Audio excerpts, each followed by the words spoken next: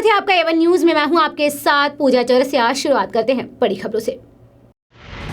गुजरात में जारी विधानसभा चुनाव अब केंद्र सरकार के लिए कड़ी चुनौती बन चुका है। पीएम नरेंद्र मोदी के होम स्टेट में बीजेपी की साख बचाना और विपक्ष में बैठे राहुल गांधी की कांग्रेस को फ्रंट पर लाने की कवायद के बीच केंद्र में मोदी सरकार ऐसा कोई रिस्क नहीं लेना चाहती जिससे गुजरात के चुनावों में बाजी उल्टी पड़ जाए। यही वजह है कि राज्य में चुनावों के मद्देनजर केंद्र सरकार डरी हुई है। गुजरात विधानसभा चुनाव की गहमागहमी के बीच एक के बाद एक कई बार अपने कार्यक्रम टालते आ रहे हार्दिक पटेल ने आखिरकार आज संवाददाताओं से बात करके अपने पत्ते साफ कर दिए हैं। हार्दिक पटेल ने कहा कि वो किसी भी राजनीतिक पार्टी के साथ नहीं जुड़ेंगे, लेकिन कांग्रेस के लिए प्रचार प्रसार करते रहेंगे। गुजरात विधानसभा चुनाव के लिए टिकट नहीं मिलने से नाराज वरिष्ठ नेता और पूर्व सांसद कांजीभाई पटेल और उनके बेटे सुनील पटेल ने बीजेपी छोड़ दिया है। बता दें कि कांजीभाई पटेल टिकट बंटवारे से नाराज थे।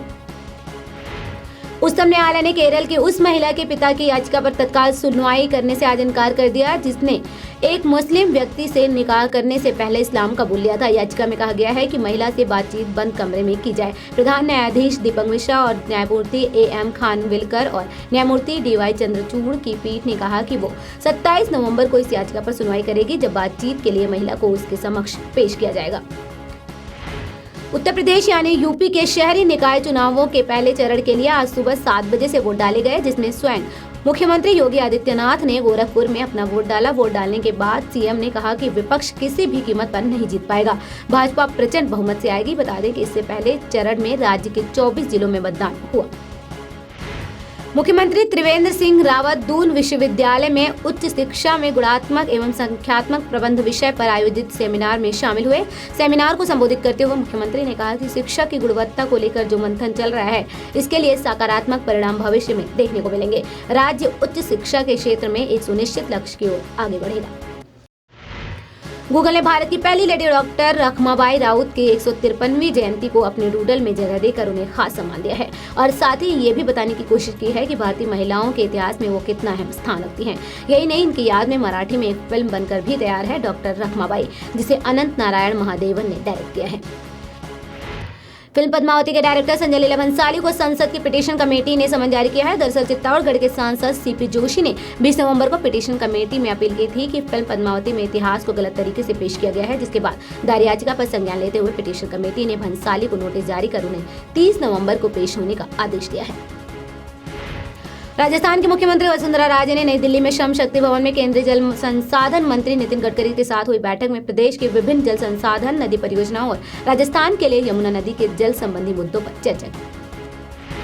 पाकिस्तानी पंजाब प्रांत के मुख्यमंत्री शहबाज शरीफ ने पंजाब के मुख्यमंत्री अमरिंदर सिंह को धुंध और पर्यावरणीय प्रदूषण रोकने के लिए क्षेत्रीय सहयोग समझौते के लिए आमंत्रित किया है।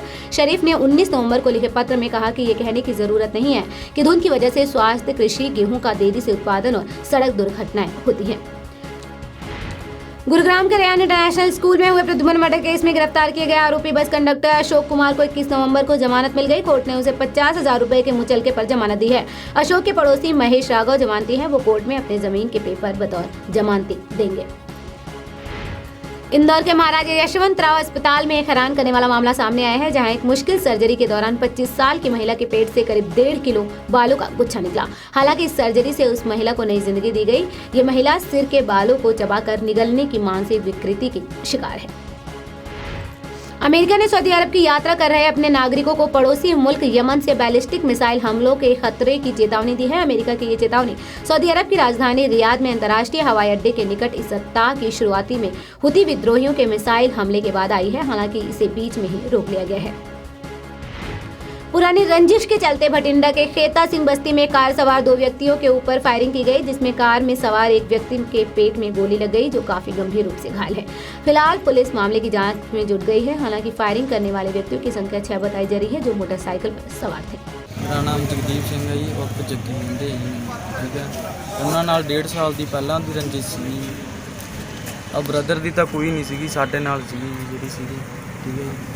तो उन्होंने आपकी वो कटने चाहते कि साडी गली च ना नवा घर पाया जी उन्होंने, असीं उन्होंने रोकते सी कि मुंडे लैके गली च ना बैठा करो, असीं आही गल कही सी। तो उस बाद उन्होंने कि मुंडे लिया के घरे गालां भी कढ़ के गए सी एक दिन, ठीक है जी। उस बाद अज इन्होंने गड्डी चों निकल नहीं दिता, पहला फायरिंग करन लग गए। ਠੀਕ ਆ। ਬਾਕੀ ਬੰਦੇ ਉਹਨਾਂ ਦੇ ਪਿੱਛੇ ਸੀ। ਕਿੰਨੇ ਫਾਇਰ ਮਾਰੇ ਤੁਹਾਡੇ? ਖੈਰ ਤਾਂ ਉਹਨਾਂ ਨੇ 6-7 ਕੀਤੇ ਵੀਰੇ, ਇੱਕੋ ਹੀ ਲੱਗਿਆ।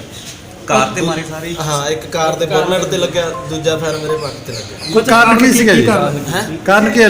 ਕਾਰਨ ਪਤਾ ਨਹੀਂ, ਹੁਣ ਆਏ ਅੱਗੋਂ ਬਸ ਆਉਂਦੇ ਆ, ਬਸ ਗੱਡੀ ਰੋਕੀ, ਬਸ ਉਹਨਾਂ ਨੇ ਕੋਈ ਗੋਲੀ ਮਾਰੀ।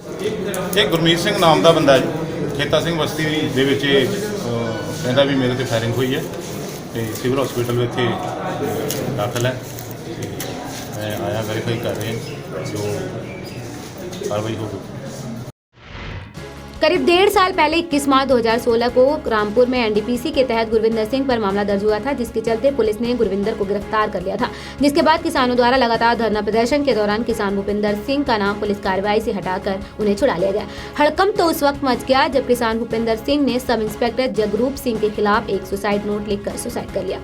भूपिंदर के परिजनों द्वारा खुदकुशी का कारण सब इंस्पेक्टर जगरूप सिंह को बताया जा रहा है, क्योंकि जगरूप सिंह भूपिंदर से लगातार धमकियां दे रहा था और करीब 6 लाख रुपए की मांग कर रहा था कि अगर वो पैसे नहीं देते हैं तो उनका पुराना केस खोल दिया जाएगा और उन्हें जेल में बंद कर दिया जाएगा। ਪਹਿਲਾਂ ਪਰਚਾ ਪਾਇਆ ਸੀਗਾ ਜੀ ਇਹਨਾਂ ਨੇ, ਜਦੋਂ ਸੱਦਿਆ ਸੀਗਾ ਝੂਠਾ ਪਰਚਾ ਪਾ ਕੇ ਉਦੋਂ ਮੁੜ ਕੇ ਡੀਐਸਪੀ ਨੇ ਕੱਢਤਾ ਸੀਗਾ ਓਮਕਾਰੀ ਲਵਾ ਕੇ ਪਿੰਡ ਦੇ ਵਿੱਚ ਤੇ ਵਾਦੇ ਤੇ ਉਦੋਂ ਮੁੜ ਕੇ 2 ਸਾਲ ਦਾ ਵਧੀਆ ਹੋ ਗਿਆ ਜੀ। ਹੁਣ ਆ ਕੇ ਫਿਰ ਇਹਨਾਂ ਨੇ ਜਗਰੂ ਸਿੰਘ ਦੇ ਇੱਕ ਗਵਾਹ ਸੀਗਾ ਜੀ, ਉਹਨਾਂ ਨੇ ਉਹ ਕਰਿਆ ਜੀ, ਉਹਨਾਂ ਨੇ ਸੰਮਨ ਕਢਾ ਕੇ ਗਵਾਹੀ ਦੇ ਕੇ ਫਿਰ ਪਰਚਾ ਚਲਾਤਾ। ਅੱਜ ਤੋਂ 1.5 ਸਾਲ ਪਹਿਲਾਂ ਹੀ ਜਗਰੂਪ ਸਿੰਘ ਨੇ ਸਾਡੇ ਮੁੰਡੇ ਨੂੰ ਭੁਪਿੰਦਰ ਸਿੰਘ ਨੂੰ ਬਕਾਇਦਾ ਸੱਦ ਕੇ ਫੋਨ ਤੇ ਕਿਸੇ ਬੰਦੇ ਤੋਂ ਸਦਾ ਕੇ ਉਹਦੇ ਤੇ ਝੂਠਾ ਪਰਚਾ ਪਾਤਾ, ਮੋਟਰਸਾਈਕਲ ਫੜ ਕੇ ਉਹਦਾ ਵਿੱਚ ਕਰਤਾ। ਉਸ ਤੋਂ ਬਾਅਦ ਅਸੀਂ ਐਸਐਸਪੀ ਸਪਪਨ ਹਰਮਾ ਤੋਂ ਇਨਕੁਆਇਰੀ ਲਵਾਈ। ਉਸ ਤੋਂ ਬਾਅਦ ਡੀਐਸਪੀ ਦਵਿੰਦਰ ਗਿੱਲ ਲਈ ਇਨਕੁਆਇਰੀ ਲੱਗੀ। ਪੰਚਾਇਤ ਸਾਰੀ ਪਿੰਡ ਦੇ ਨਾਲ ਲੋਕ ਸੀ, ਅਸੀਂ ਉਹਨੂੰ ਬੰਦੇ ਤੋਂ ਨਿਰਦੋਸ਼ ਕਢਾ ਲਿਆਂਦਾ। ਜੱਜ ਸਾਹਿਬ ਨੇ, ਬਾਜਵਾ ਸਾਹਿਬ ਜੱਜ ਸੀਗਾ, ਉਹਨੇ ਸਾਨੂੰ ਬੰਦੇ ਨੂੰ ਨਿਰਦੋਸ਼ ਕਰਾਰ ਦੇ ਕੇ ਕੋਰਟ 'ਚੋਂ ਛੁਡਵਾਤਾ। ਰਿਗਾਰਡਿੰਗ ਐਜ਼ ਪਰ ਪ੍ਰੋਸੀਜਰ ਅਸੀਂ ਤਹਿਕੀਕਾਤ ਕਰਾਂਗੇ। ਤਹਿਕੀਕਾਤ ਕਰਨ ਤੋਂ ਬਾਅਦ ਜੋ ਗੱਲਬਾਤ ਸਾਹਮਣੇ ਆਏਗੀ ਉਹਦੇ ਅਕੋਰਡਿੰਗ ਜਿਹੜੀ ਹੈ ਫਰਦਰ ਉਹ ਕਾਰਵਾਈ ਹੋ ਜਾਏਗੀ। ਤੇ ਐਟ ਦਿਸ ਸਟੇਜ ਮੈਟਰ ਜਿਹੜਾ ਹੈ ਉਹ ਫਰਦਰ ਸਬ ਜੁਡੀਸ਼ ਵੀ ਹੈ, ਕੋਰਟ ਦੇ ਵਿੱਚ ਵੀ ਹੈ, ਤੇ ਦੈਨ ਇਹਦੀ ਇਨਕੁਆਇਰੀ ਜਿਹੜੀ ਹੈ ਹੋਏਗੀ ਤਹਿਕੀਕਾਤ, ਉਸ ਤੋਂ ਬਾਅਦ ਹੀ ਗੱਲਬਾਤ ਸਾਹਮਣੇ ਆ ਸਕਦੀ ਹੈ। भारत के विस्फोटक ओपनर शिखर धवन और तेज गेंदबाज भुवनेश्वर कुमार का एक वीडियो वायरल हो रहा है। इस वीडियो में भुवनेश्वर की शादी पर शिखर द्वारा पूछे गए सवाल की शादी होने वाली है, कैसी फीलिंग आ रही है, पर जवाब में भुवनेश्वर कुमार ने कहा कोई फीलिंग नहीं आ रही है, मैच खेल कर आए हैं, थके हुए हैं। जैकलीन फर्नांडीज ने बॉलीवुड में अपनी जबरदस्त फिटनेस के लिए खास पहचान रखती हैं। उन्होंने योग की प्रैक्टिस करते हुए अपनी तस्वीर पोस्ट की है। वे ऐसे योगासन कर रही हैं जो हर किसी के बस की बात नहीं है। तस्वीर में जैकलीन पूल के साथ योगासन कर रही हैं। ये आसन है योगिनी, जो आसान नहीं होता। फिलहाल मेरे साथ खबरों में बस इतना ही। देश और दुनिया की तमाम खबरों के लिए बने रहिए हमारे साथ, देखते रहिए एवन न्यूज़। नमस्कार।